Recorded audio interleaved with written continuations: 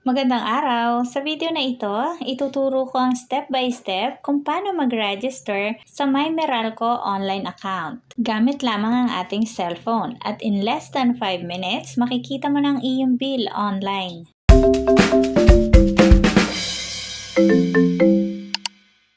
Pumunta sa official website ng Meralco, itype sa browser ang www.mymeralco.com.ph. Ito siya. I-tap mo itong create an account.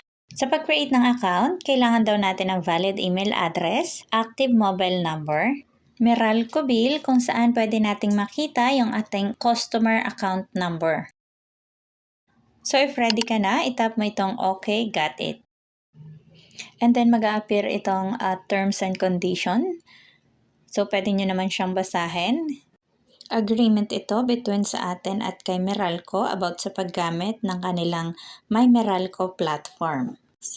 Scroll down mo lang, itap mo itong maliit na box, and then tap I agree to the terms and condition. Dito, ilagay mo na ang iyong valid email address. Make sure na active kasi magsisend dito ng verification si Meralco. Tap continue. And then dito, ilagay mo na yung customer's account number mo o yung CAN. Makikita mo ito dun sa inyong Meralco bill. Pwede mong manually i-enter o pwede mo ring i-scan ang Meralco bill para mag-automatic fill in yung information.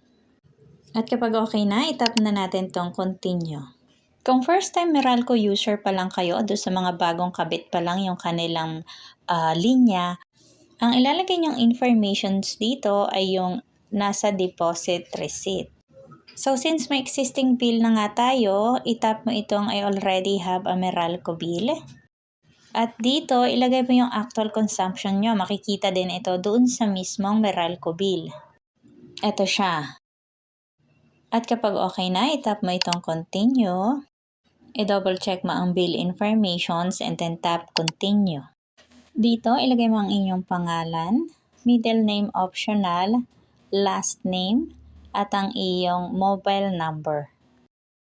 I-click mo itong box kung ikaw yung owner at yung name mo yung nag-a-appear sa Meralco bill.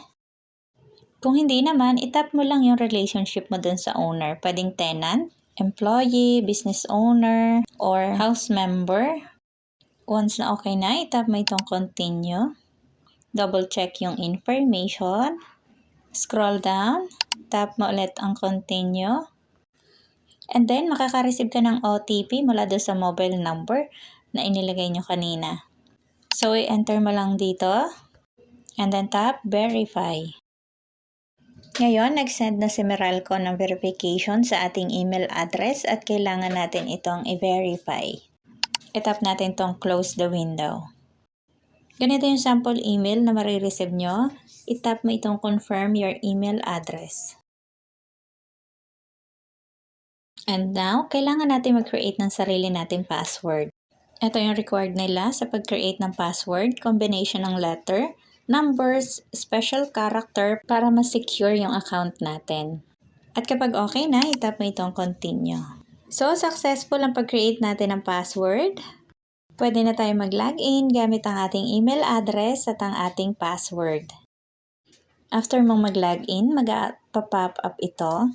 Ito yung step-by-step guide nila kung gusto mong ma-activate yung iyong paperless billing. Gawan ko na lang to ng separate video. Sa ngayon, kailangan natin makita yung ating bill amount. So, itap mo lang itong okay, got it. At ito na yung pinakang dashboard ng ating Meralco account. Pwede mo ding itap itong menu para ma-explore ang iba't ibang features at services na ino-offer nitong kanilang app. At kung gusto niyo na magbayad ng inyong billing, itap mo lang itong pay bills, itap mo yung okay, got it, click pay now. Sa may mga account sa Bayad Center, pwede kayong magbayad via Bayad Express, pero kung wala, itap mo itong continue to pay. At dito, pwede kang magbayad using your credit or debit card o kaya kung ano yung iyong available na e-wallet. At para sa mas convenient o kaya sa mga mobile user dyan, pwede nyo i-download sa Play Store o kaya ay sa App Store. At once na maka-download ka na, pwede ka na mag-login gamit ang inyong account details at pwede rin kayong mag-set ng MPIN para ma-secure ang pag-access nyo ng kanilang app. After that, pwede mo nang gamitin ang iyong MyMeralco app para i-check ang iyong bills, magbayad online, i-manage ang iyong account anytime, anywhere.